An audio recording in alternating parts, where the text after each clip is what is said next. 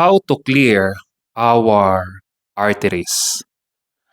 Alam niyo po, para sa ating mga nakasubaybay sa ating Facebook page, sa ating mga followers, at lalo higit sa ating mga kabaka na matagal ng 2022 pa na nasa ating community, ay ilan po sa atin ay alam na ito, pero ilan pa rin ay hanggang ngayon ay nagdududa pa din kung gaano ba katotoo na talagang maki-clear pa talaga yung ating arteries.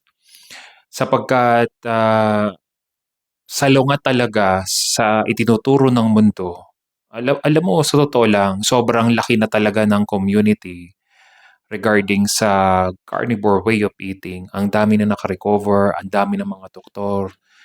Pero alam mo, the question is,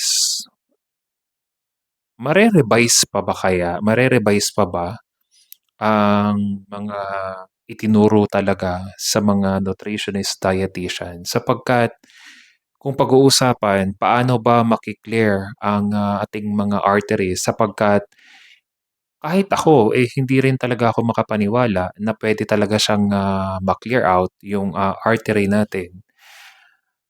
Take note yung natulungan ko in a matter of 2 weeks, in a matter of 2 weeks, yung enlargement of the heart niya, naka-focus lang ako sa karne at sabaw ng bulalo, may mga bone marrow. Imagine niyo yun, na nag-normal yung heart rate at nakabalik uli siya sa trabaho. But hindi hindi ko sukat akalain na mangyayari talaga yun.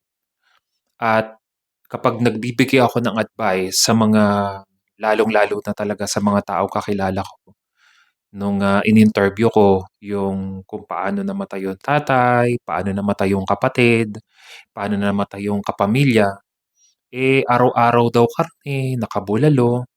So, parang imposible daw yung itinuturo ko sapagkat mahilig nga sa karne at nung chineck daw yung artery, eh, sobrang tigas na daw and it's really impossible na maka-recover talaga at nagkaroon ng blockage. So, nung tinanong ko naman, mahilig nga sa bulalo, kumusta naman? Malakas ba sa kanin? Funny to say, sobrang lakas talaga sa kanin. Ah, Malakas nung ipinasok sa ospital, pero inilabas na 'no, patay. At nakakalungkot na isipin, nag-message pa ako na ganito ang gawin mo, pero ewan ko rin lang, pero ayokong i-judge yung situation.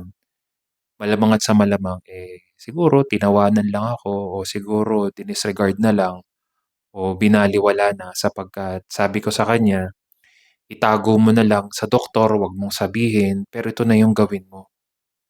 Nagpasalamat naman siya, pero minsan sa totoo lang, sa ating mga kabaka at lalong higit sa mga bago nating mga followers, ang hirap din naman talagang magmarunong, magbigay ng advice. Ito lang naman ang masasabi ko, pakinggan niyo po akong mabuti. Ito lang naman ang masasabi ko. Wala na rin naman chance, bakit hindi pa natin ilaban? Bakit hindi pa talaga natin ilaban? Sapagkat lahat naman talaga ng organs natin, from head to toe, nangangailangan talaga yan ng enough nutrients na para ma-nourish ang ating katawan.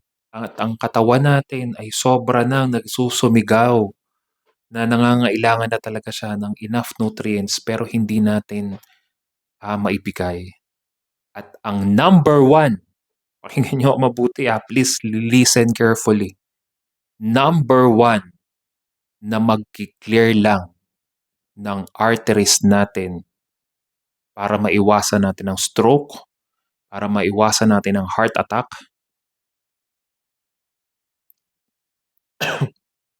walang iba kundi pagkain lang ng red meat.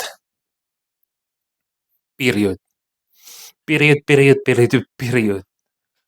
Kung ayaw niyo pa rin pong makinig, kung ayaw niyo pa ring maniwala, it's really up to you. God bless everyone.